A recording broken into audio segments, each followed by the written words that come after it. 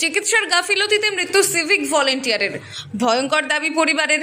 এক সিভিক ভলেন্টিয়ারের মৃত্যুর ঘটনাকে কেন্দ্র করে উত্তেজনা ছড়ালো দক্ষিণ চব্বিশ পরগনার ক্যানিং মহকুমার হাসপাতালে। চিকিৎসার গাফিলতির কারণেই মৃত্যু হয়েছে ভুবন মণ্ডল নামে ওই সিভিক ভলেন্টিয়ারের, দাবি পরিবারের।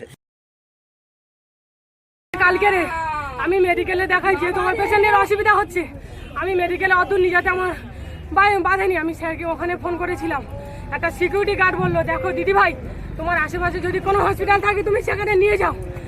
আমি আমার স্বামীকে কাল বিকেল 4টের সময় আমার বাড়ির ধারে একটা জ্যাঠামশাইকে, ফের ওনার সঙ্গে যে ডিউটি করে সিভিক, ওখানে ডিউটি ছিল অনুরুদ্ধ স্যার, আমি না কি জানি না, উনি কার্ডিওলজি আনলাম কাল বিকেল 4টের সময় আনলাম। ওনার মেশিন দেখছিলাম পিটিতে, বলে তোমার কিছু হয়নি, তোমার টেনশন থেকে হচ্ছে। তাই বলি স্যার আমার স্বামীটার অক্সিজেনের প্রয়োজন নেই, বাড়ি নিয়ে গিয়ে কি করবো?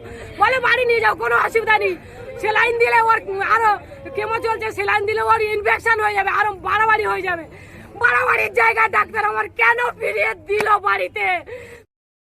সোমবার সকালে ওই ঘটনাকে কেন্দ্র করে উত্তেজনা ছড়ায় ক্যানিং মহকুমা হাসপাতাল চত্বরে।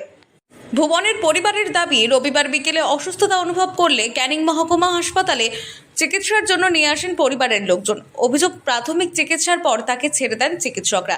ভুবনের কিছুই হয়নি বলে দাবি করেন চিকিৎসকেরা। যদিও পরিবারের সদস্যদের দাবি, শ্বাসকষ্টজনিত সমস্যায় ভুগছিলেন ভুবন।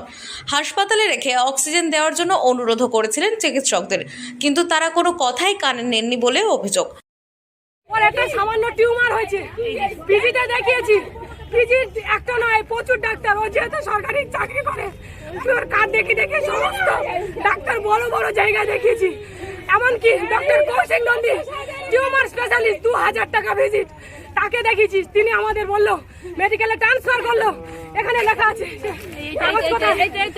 মেডিকেলে ট্রান্সফার করেছে। ওরা অনকোপ্যাথোলজির ক্যান্সার প্রফেসরের ডাক্তার, উনি বলছে যে এটা এক ধরনের কেমো দিলে কোনো শরীরে অসুবিধা হবে না, যেমন বাজারে 2-4 টাকা জামা কাপড় কেন ঠিক তেমন কিনবে, ও সুস্থ হয়ে যাবে। তাই এবারে সেই মতো ওদের ডাক্তারদের কথা শুনেই তো আমরা সব কিছু করছি।